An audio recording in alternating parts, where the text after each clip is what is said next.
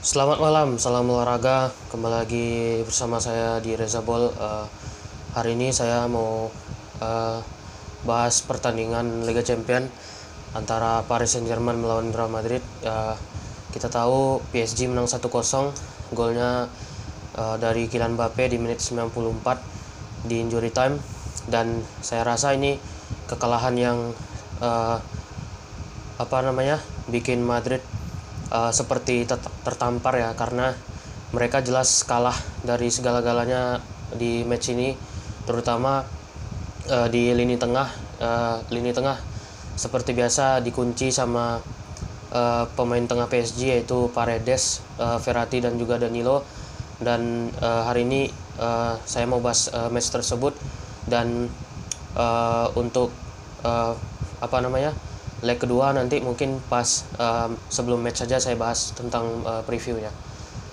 Sebelumnya saya nggak bikin preview di video ini karena kemarin lagi nggak sempat bikin video, ada hal-hal lain, dan kayaknya nggak bakal sempat juga untuk ngupload. Jadi karena kebetulan saya nonton, jadi hari ini saya mau bahas tentang matchnya.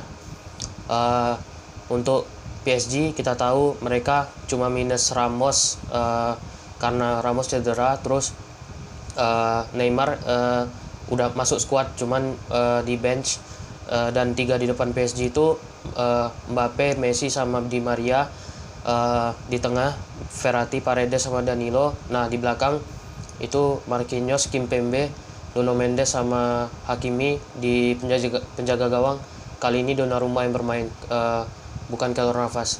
Nah di Madrid seperti yang saya baca di beberapa berita, Benzema tuh sebenarnya belum 100% fit, makanya dia tuh sebenarnya dipaksakan untuk bermain dari awal, dan memang keinginan dan berita yang beredar memang dia sendiri yang minta ke Ancelotti bahwa dia ingin main dari menit awal.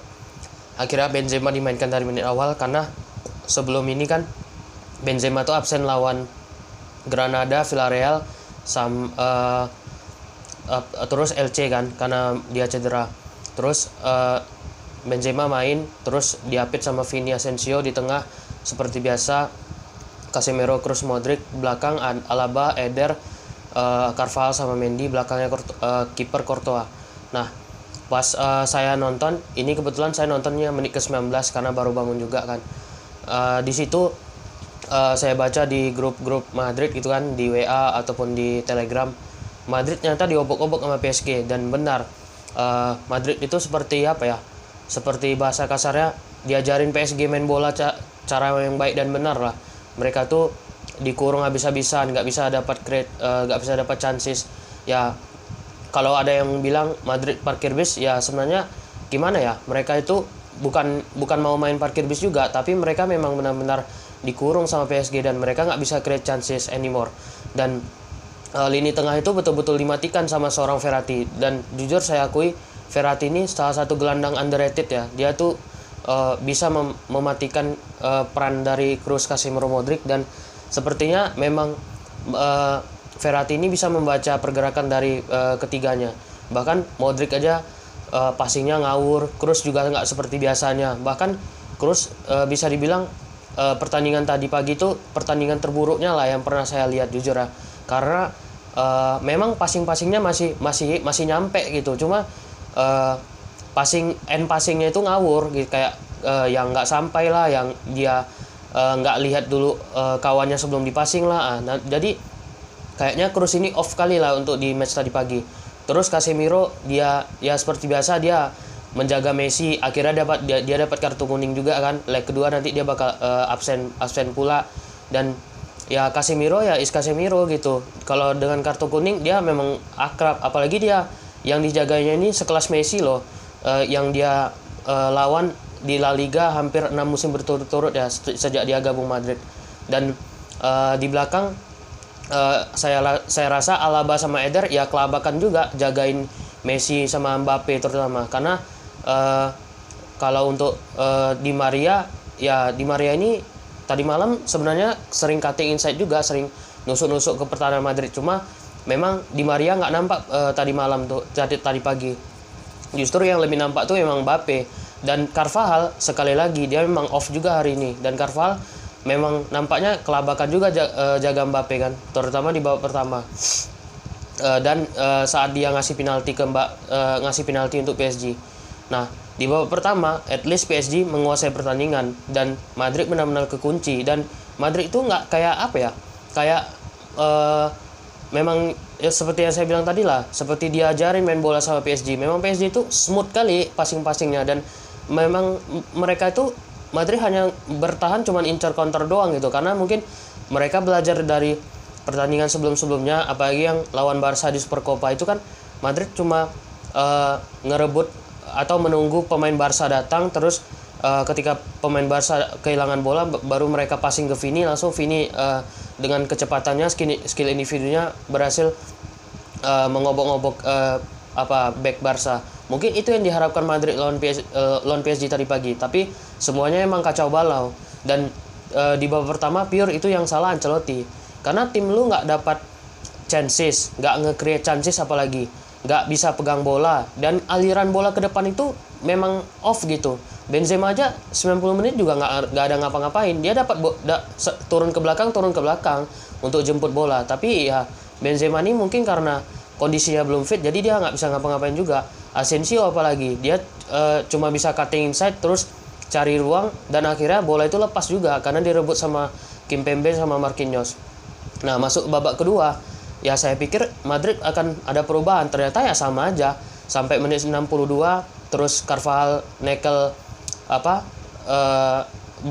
kakinya kontak dengan Mbappe. Ya kalau menurut pandangan saya itu 50-50 ya, bisa penalti bisa juga enggak gitu. Tapi karena wasit juga ini wasitnya lucu juga ya, dia mau ngecek VAR tapi dia tuh kayaknya udah yakin juga sama keputusannya, makanya dia hadiahkan penalti, dan akhirnya penalti dieksekusi sama Messi dan di save sama Courtois. Dan kalau bukan Courtois kipernya, ya saya yakin Madrid udah kalah 2 atau 3-0 tadi pagi. Tapi untunglah kelas kali Courtois. Saya lama-lama mikirnya Madrid ini lama-lama kayak MU ya, digendong terus sama kiper gitu. Dan pemain lainnya itu ya cuman nggak bisa ngapa-ngapain gitu ya. Takutnya sih kayak MU yang digendong terus sama De Gea ya. Semoga nggak terjadi lah kepada Madrid. Dan akhirnya di menit 70, 80-an, nah inilah penyakit Ancelotti yang kumat lagi gitu. Ini kayaknya penyakit nggak tahu kapan sembuh-sembuhnya gitu. Dia selalu telat ganti pemain, bahkan Rodrigo masuk, Fede Valverde masuk, itu menit keberapa? Baru menit 75-an lah dia baru ganti pemain. Di situ juga PSG masukin Neymar, gantiin Di Maria, dan malah Madrid 5 kali ganti pemain, 5-5-nya nggak ada efektif. Rodrigo masuk, Fede masuk, Vasquez masuk, Hazard masuk, Bale masuk, 5-5-nya nggak ada ngasih impact. Bahkan di menit-menit terakhir barulah PSG bisa mencetak gol lewat Mbappe. Dan saya rasa ya ini adalah kekalahan menurut saya yang membuat Madrid itu semakin terpukul gitu. Bukan perkara skornya, tapi masalah permainan sih. Permainan Madrid tadi malam itu memang kacau. Dan saya baca di salah satu media laser, media Spanyol, bahwa Madrid itu seperti pengecut. Mereka nggak berani pressing kepada PSG, mereka cuma menunggu incer counter ya. Saya nggak tahu lah apakah ini memang strateginya Ancelotti yang kuno itu selalu mengandalkan bertahan incer counter, ya nggak tahu juga. Tapi memang Madrid yang tadi pagi itu bukan Madrid yang saya kenal gitu. Malah kayak pemain bola yang baru main bola, baru terbentuk sebagai sebuah tim, dan mereka itu baru kali ini melawan salah satu tim besar gitu. Jadi saya rasa untuk leg kedua Ancelotti memang harus berani rotasi besar-besaran sih. Kalau memang ada pemain di leg pertama ini yang menurut dia off, itu harusnya di leg kedua itu diganti gitu. Jangan sungkan-sungkan.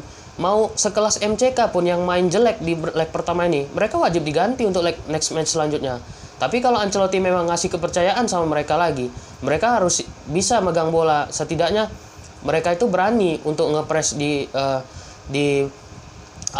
pertahanan PSG. Dan saya pengen perubahan itu akan ada lah untuk menjelang leg kedua. Dan saya harap semua pemain fit untuk leg kedua ini, karena Casemiro absen, Mendy absen, cuma dua pemain itu. Tapi ya itu impactnya besar juga untuk leg kedua besok.